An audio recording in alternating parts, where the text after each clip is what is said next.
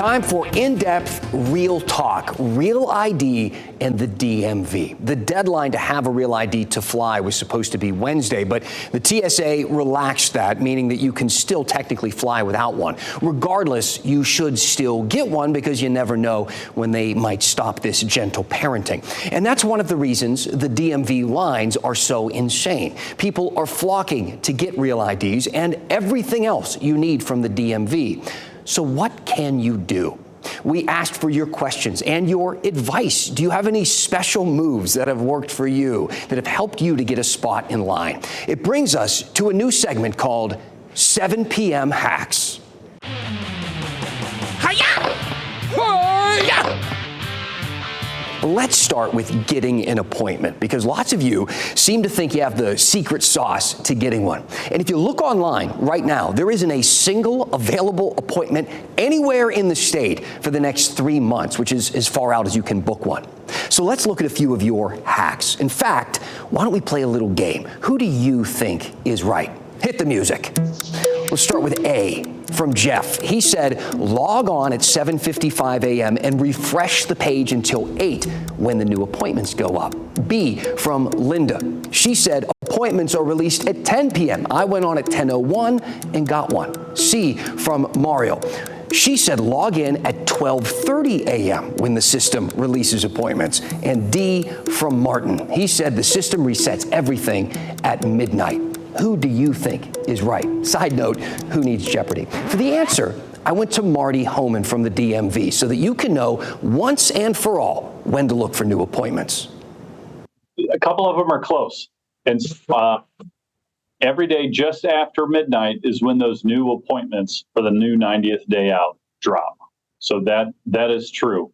So stay up late, log on at midnight, and try to get a spot. Or you can check constantly throughout the day because lots of people do cancel. Anytime an appointment opens up, whether it's been canceled or unconfirmed, that appointment becomes available within about 5 minutes. And so those pop up and are snagged all throughout the day. But maybe you need one now, or you need something else from the DMV now. You can't wait for 3 months. So instead, you decide to wait in line. Now, technically, the morning hours are for appointments only. So even if you show up at like 5 a.m., if they don't get any no-shows, you're going to end up waiting in that line until noon, because that's when they activate the walk-in system, meaning there's not much benefit to waiting in line before that, or so they say. But every driver license office has a sandwich board out front that's got a large QR code on it. Folks can scan that, and that's how they get in line as a walk-in. And so they scan the QR code. It populates a text message that you then send, and that gets you in the queue. Is it smarter to scan first thing in the morning when you get there and register for anything noon and beyond, or do you wait until right at noon and then do it? Yeah, I don't believe the system turns on until noon.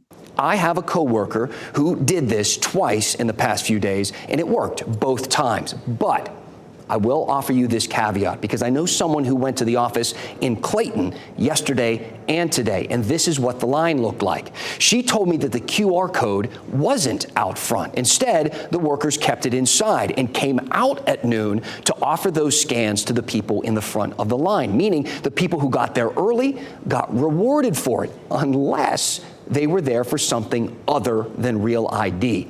Apparently, they wouldn't accept anyone before noon for anything else, even if they had a spot way up in the front of the line.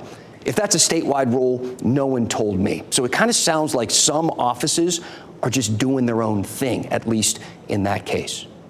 I've been hearing so many stories like this, calling it a disjointed, unorganized, unpredictable mess. The question is, why?